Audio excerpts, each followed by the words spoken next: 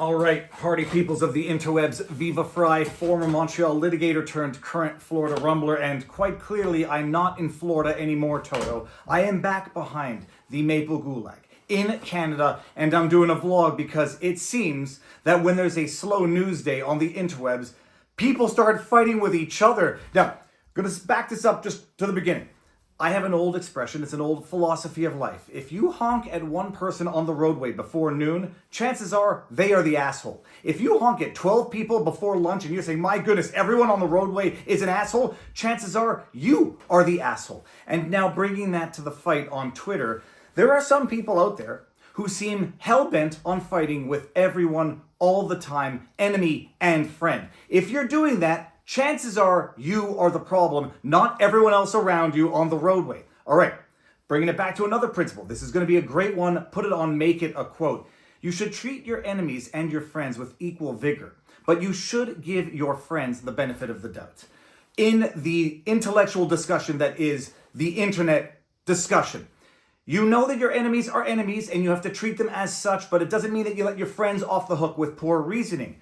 The flip side to that is if you treat your enemies like friends, they will stab you in the back because that's what enemies do. But if you treat your friends like enemies, congratulations, you will turn your friends into enemies. The debate, I'm sure you all know exactly where I'm going with this, pertains to the H1B1 visa dispute on the interwebs this week. It seems that after Christmas, everyone needed to box on Boxing Day, pun intended, and thus Boxing Day became a fight of what would otherwise be ideological adversaries or ideological allies who have been turned into ideological adversaries. Why does this happen? I actually have a theory as to why this happens. We live in a world now where we have basically created a litmus test, a litmus question of every issue of disagreement, however big or however small. So some of you would look at someone and say, if you support child genital mutilation, aka gender-affirming care in minors, that's a deal breaker. That's a litmus test. We know we are not going to get along ideologically on anything. That is where we part ways. When we start applying that philosophy to every policy disagreement, if we disagree on anything, it's a litmus test deal breaker. Congratulations, you fracture allies to the point where everyone is fighting everyone all the time. And that's pretty much where we are right now on this H1B1 visa issue. All right, the news of the day, for those of you who have not spent any time on Twitter in the last several days, Elon Musk, Vivek Ramaswamy come out talking about increasing the quota for H1B1 visas on an annual basis. I think that's something like 60,000, give or take. I might be wrong, but we're in the tens of thousands. We're not in the hundreds of thousands or millions, but we might be in the low hundreds of thousands. Elon comes out and says, yeah, we need to increase that quota for H1B1 skilled labor importing from foreign countries because, according to Elon, we're not able to find such skilled labor in America. We're going to get to all of the arguments in a second, but just to outline the players and their positions. Vivek Ramaswamy has a similar take. He says, look, we are simply incapable of finding this level of skilled labor among American workers, among American graduates. And Vivek basically says, look, this has to do with the quality of the post-secondary university education. It's not producing engineers. It's not producing coders. It's not producing the type of skilled labor that we need, such that we are required to go abroad and find this skilled labor and import it temporarily, because these are H1B1 visas, which are non-immigrant visas. We're required to import it on a temporary basis because we are simply lacking it here. Holy crab apples, did this start a war of the so-called MAGA base? And I'm saying the MAGA base, but there's been fighting among people who consider themselves to be MAGA as to this policy issue. Everyone all of a sudden decided to treat Vivek Ramaswamy and Elon Musk as though they are the mortal enemies, such as Kamala Harris, Joe Biden, Tim Walz. No distinguishing, no differentiation between disagreement on policy issues versus fundamental ideological differences that make for unbridgeable impasses. And so Elon Musk comes out and says, yeah, I think we should bump up the quota. Everyone's like, you're no longer America first. Vivek Ramaswamy comes out and says, yes, we can't find this skilled labor in America. All of a sudden, he is now some sort of traitorous foreigner, even though he's American born, talking about bringing in skilled labor from India and other countries in order to replace the white American worker. It quickly turned into a racialized debate when it was never that in the first place. But in order to even address where to go on this, you have to understand the respective positions of all the parties. I'm going to say something that I often say on the internet. You need to steelman your ideological adversary's position in order to respond to it. You don't need to steelman it in order to legitimize it. You don't need to steelman it in order to say it must be right and therefore it now must be disproven. You need to steelman it in order to present it fairly so that other people can understand what the opposing view is and what your rebuttal to that opposing view is. And so I go out and I try to do that on the interwebs. And I say, look, on this H1B1 issue, there are really only two options, but I've since decided to add a third option to the debate.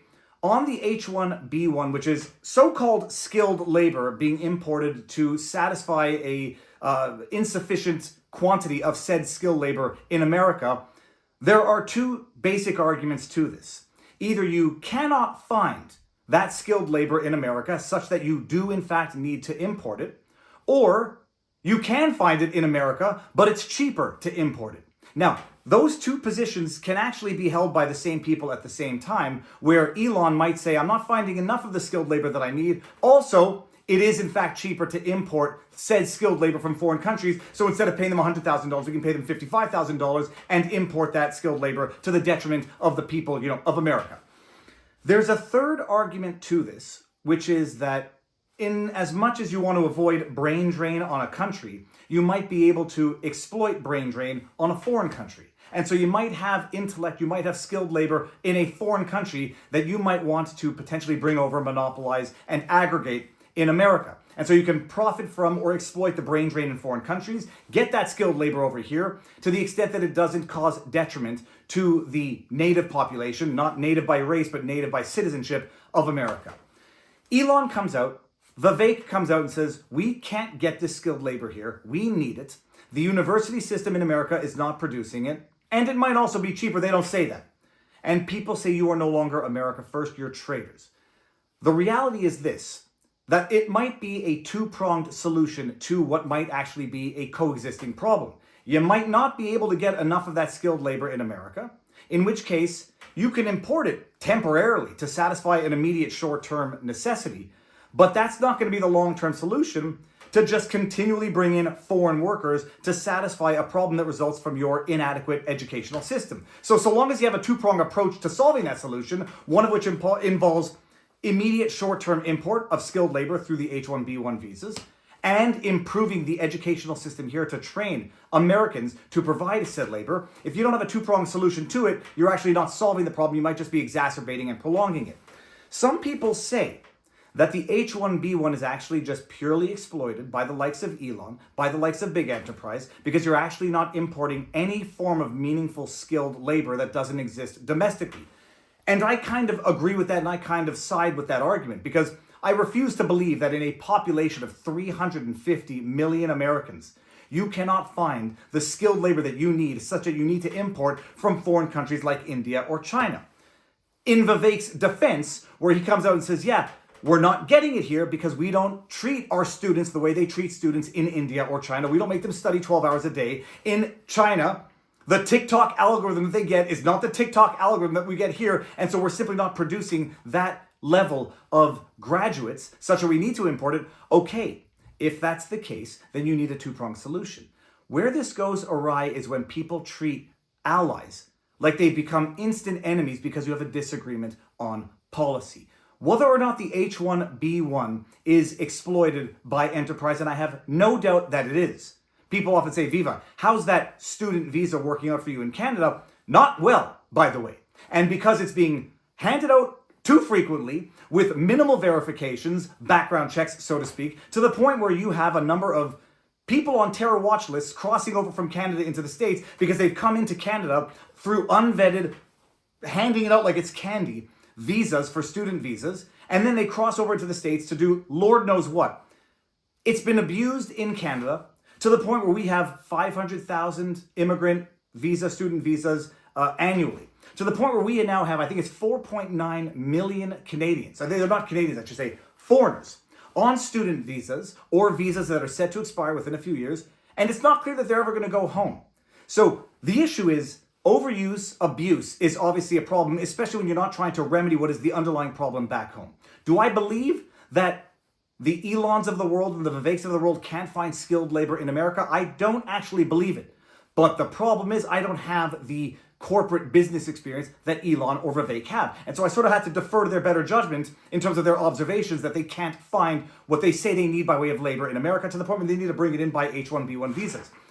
That being said, maybe they are also blinded by their own economic interests in bringing over cheap labor.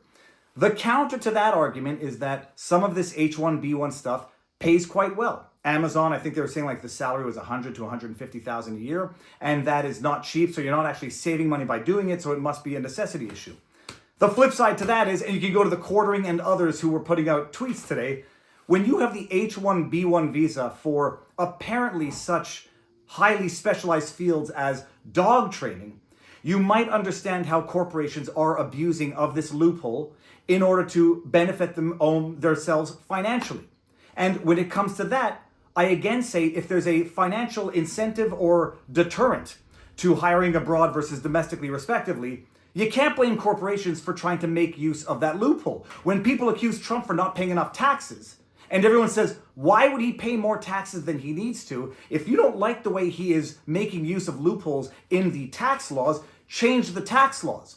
If you don't like the way corporations are making use of or borderline abusing the H1B1 visas, change the visa laws, which is where I think a lot of this is in fact going. Because even Elon Musk has attenuated his position somewhat, saying, we need this for like the highest of the skilled labor that we're not getting here, or at the very least, everyone should be competing for the betterment of American industry, which does make sense.